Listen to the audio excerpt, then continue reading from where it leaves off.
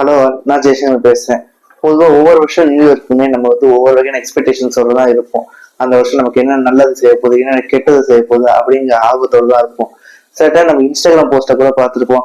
2020 மாதிரி 2025 வெனஸ்டேல ஆரம்பிக்குது. அதாவது WTF, அது உங்களுக்கு அப்ரிவேஷனா என்னன்னு உங்களுக்கே தெரிஞ்சிருக்கும்.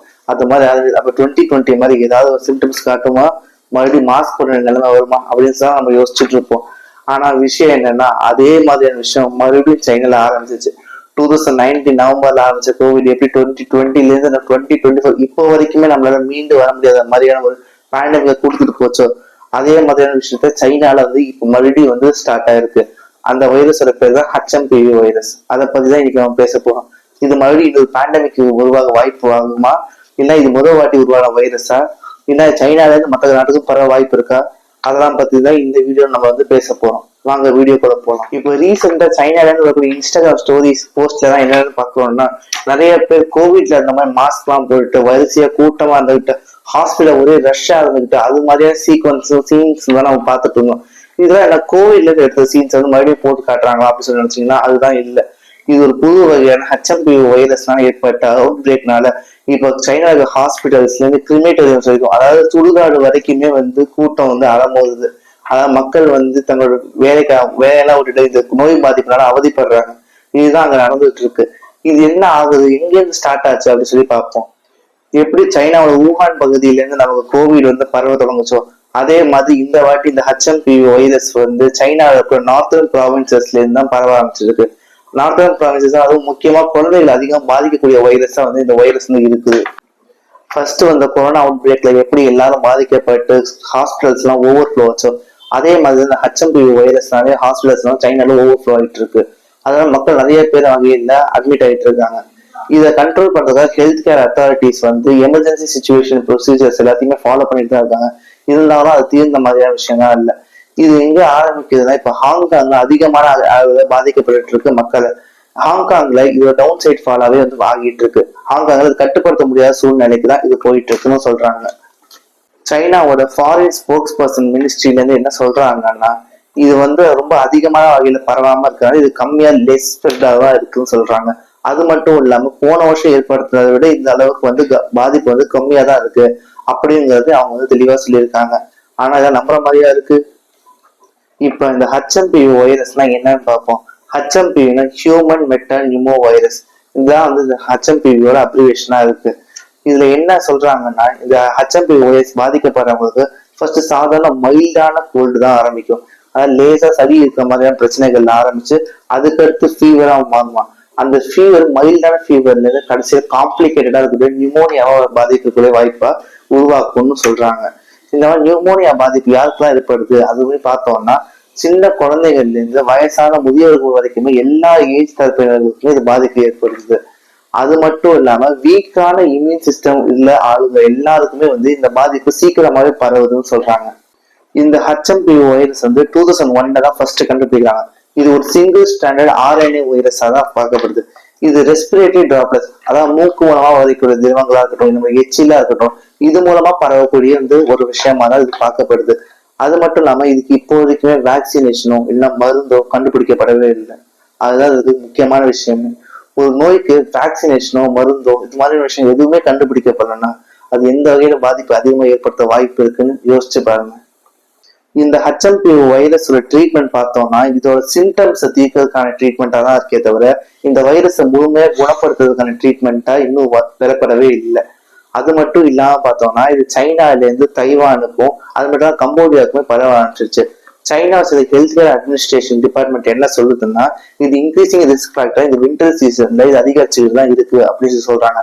ஆனா WHO-வான வேர்ல்டு ஹெல்த் ஆர்கனைசேஷன் என்னன்னா இன்னும் வந்து இதை பார்த்தீங்கன்னா பிளாக் பண்ணி இதை வந்து மென்ஷன் பண்ணி இது ஒரு முக்கியமான வைரஸா இருக்கு, இதை கவனிச்சு நம்ம முக்கியமா வந்து தீர்த்தாகணும் அப்படின்னு அவங்க எந்த ஒரு அறிவிப்புமே வெளியிடல.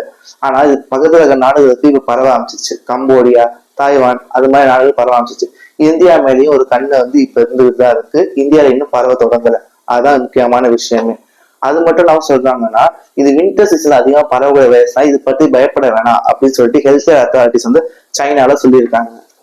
இந்த HMPV virus RSV type of virus சொல்றாங்க. அதாவது ரெஸ்பிரேட்டரி சின்டியல் வைரஸ். அதான் RSV வைரஸ். இந்த மாதிரி வைரஸோட தாக்கம் எப்படிப்பட்டதா இருக்கும்னா 3 ல இருந்து 6 நாளுக்குள்ள வந்து பாதிப்பு வந்து அதிகப்படுத்துறதுக்கான வாய்ப்பு அதிகமா இருக்கும். இது ஃபர்ஸ்ட் ஸ்டார்டிங்ல மைல்டு ஃபீவர்லயும் ரன்னிங் நோஸ்லயும் தலைவலியிலையும் தான் ஆரம்பிக்கும். அதுக்கடுத்து அட்வான்ஸ் ஸ்டேஜ்ல போக போக நிமோனியா, பிரான்சிட்டிஸ் அது மாதிரியான விஷயங்கள் கூட இது வந்து ஏற்படுத்துறதுக்கான வாய்ப்பு உருவாக்குது. அதுதான் இந்த RSV வைரஸ் மூலமா செய்யப்படக்கூடிய விஷயமா இருக்கு.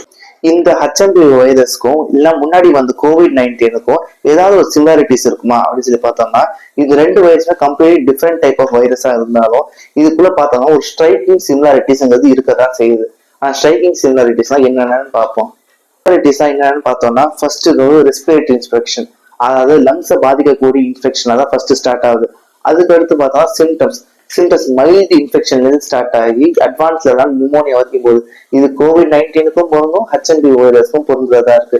அதுக்கு அடுத்து பார்த்தோம்னா டிரான்ஸ்மிஷன், இது யார் மூலமா பரவக்கூடிய ரெஸ்பிரேட்டரி வகையான டிரான்ஸ்மிஷனா தான் இருக்கு. இதுவும் COVID-19க்கும் HMPV வைரஸ்க்கும் ஒரு சிமிலாரிட்டியா இருக்கு. அதுக்கு அடுத்து பார்த்தோம்னா இதுக்கான ட்ரீட்மெண்டா ப்ரிவென்ஷன்ஸ் தான் என்னென்ன பண்ணப்படுதுன்னா, நம்ம ஹெல்த் அண்ட் ஹைஜீனை முக்கியமா பாதுகாக்கிறதா இருக்கும். எக்ஸாம்பிள், நம்ம COVID-19 எப்படி மாஸ்க் போட்டு நம்ம வந்து தனிமைப்படுத்திக்கிட்டோமோ அதே மாதிரியான விஷயமா தான் இந்த HMPV வைரஸ்க்கு இருக்கு. என்ன, COVID-19க்கு 6 நாட்கள் இன்குபேஷன் பீரியட் கொடுத்து நம்ம தனிமைப்படுத்த சொல்லியிருந்தாலும் இந்த HMPV வைரஸ்க்கு 3 நாட்கள் தனிமைப்படுத்துறது மட்டும்தான் கொடுத்துருக்காங்க. இதெல்லாம் தான் இதுக்கு இருக்கக்கூடிய ஸ்ட்ரைக்கிங் சிமிலாரிட்டிஸா இருக்கு. ஒரு வகையில பார்த்தோம்னா COVID-19 கூட வேக்சின்ஸ் இருக்கு. ஆனா அதுவே இந்த HMPV வைரஸ் பத்தி பார்த்தோம்னா அதுக்கான வேக்சினேஷனும் கிடையாது, ஒரு ப்ராப்பரான மெடிகேஷனும் கிடையாது. ஆனா இது வந்து ஃபர்ஸ்ட் டைம் தான் இது வந்திருக்கான்னு பார்த்தோம்னா இல்ல. இது 2001ல இருந்தே பல வகையில வந்து நமக்கு பல வகையான உலக நாடுகள்ல இது பரவிதான் இருக்கு. எக்ஸாம்பிள் பார்த்தோம்னா Canada, US and UK, United kingdom வரைக்குமே இதுக்கான பாதிப்புங்கிறது பதியப்பட்டுதான் இருந்திருக்கு. அது மட்டும் இல்லாம ஒரு சைடு பார்த்தோம்னா இது கம்போடியா மற்றும் தாய்வான்லயும் பதியப்பட்டுதான் இருக்கு அப்படின்னு சொல்றாங்க. ஆனா இது ஃபர்ஸ்ட் டைம் இன்ஃபெக்ஷன் கிடையாது, இது ரிப்பீட்டிவா வரக்கூடிய ஒரு விஷயமா தான் அமைஞ்சிருக்கு. அது மட்டும் இதோட பாதிப்புங்கிறது பயங்கரமான அளவுல மாறினதே இல்லை அப்படிங்கிறதும் ஆய்வாளர்கள் தெரிவிச்சிருக்காங்க.